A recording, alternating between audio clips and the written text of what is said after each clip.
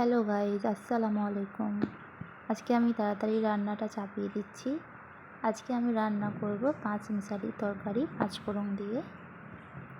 প্রথমেই আমি একটা কড়া নিয়েছি, কড়াতে তেল, শুকনো লঙ্কা, পাঁচফোড়ন সব দিয়ে ভালোভাবে ভেজে নেব আগে।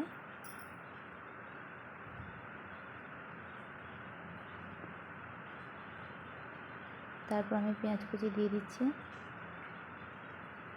পেঁয়াজটা প্রথমে একটু লাল লাল করে নেব।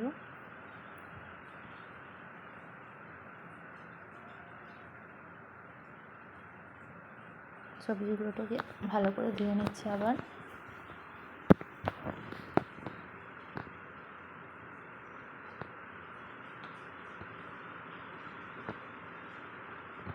সবজিগুলো কড়াতে দিয়ে ভালো করে ভেজে নেব নড়ে চড়ে। তারপর একটু আদা রসুন বাটা দিয়ে দিলাম।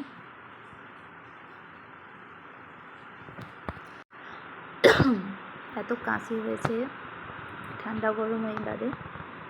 তারপর আমি সব মশলাগুলো দিয়ে দিচ্ছি, ধনে জিরে গুঁড়ো, নুন, হলুদ সব একেবারে দিয়ে। আমি শুকনো লঙ্কাগুলো খাই না, কাঁচা লঙ্কা নয় শুকনো লঙ্কা দিয়েই রান্না করি তরকারি। সব মশলা দিয়ে ভালোভাবে নড়ে চড়ে নিচ্ছি। এদিকে আমি তরকারিতে চিংড়ি মাছের মাথা দেওয়ার জন্য ভেজে নিচ্ছি। পাঁচমিশালি তরকারিতে দিয়ে রাঁধবো। এদিকে আবার আমি ভালোভাবে নড়ে চড়ে নিচ্ছি।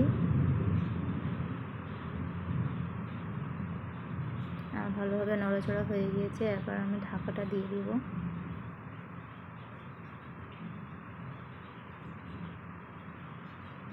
তারপর আমি টমেটোগুলো কেটে নিচ্ছি।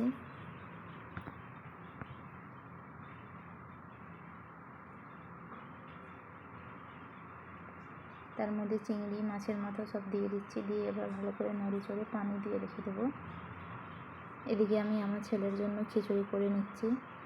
প্রথমে সব রকমের সবজি কেটে রেখেছিলাম, দিয়ে দিয়েছি। তারপর চাল ডাল ধুয়ে রেখেছিলাম, ওগুলো দিয়েছি।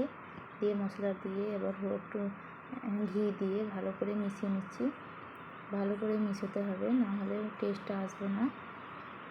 ভালো করে একদম নরম করে তুলে নিতে হবে। তারপর একটু পানি দিয়ে দিচ্ছি। এদিকে তরকারিটা আমি আরেকবার নড়ে চড়ে নিচ্ছি ভালোভাবে।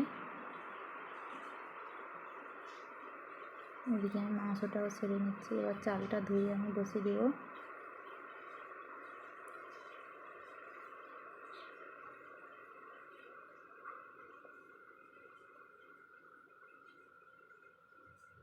এই যে খিচুড়ি, আমার ছেলের খিচুড়ি রেডি হয়ে এসেছে। এবার আমি থালা বাসন সব ধুয়ে উল্টে দিয়েছি। এই গ্যাস ট্যাস মুছে নিচ্ছি। আজকে কারেন্ট ছিল না, খুব দেরিও হয়ে গিয়েছে থালা বাসন ধুতে, পানি ছিল না ট্যাঙ্কিতে।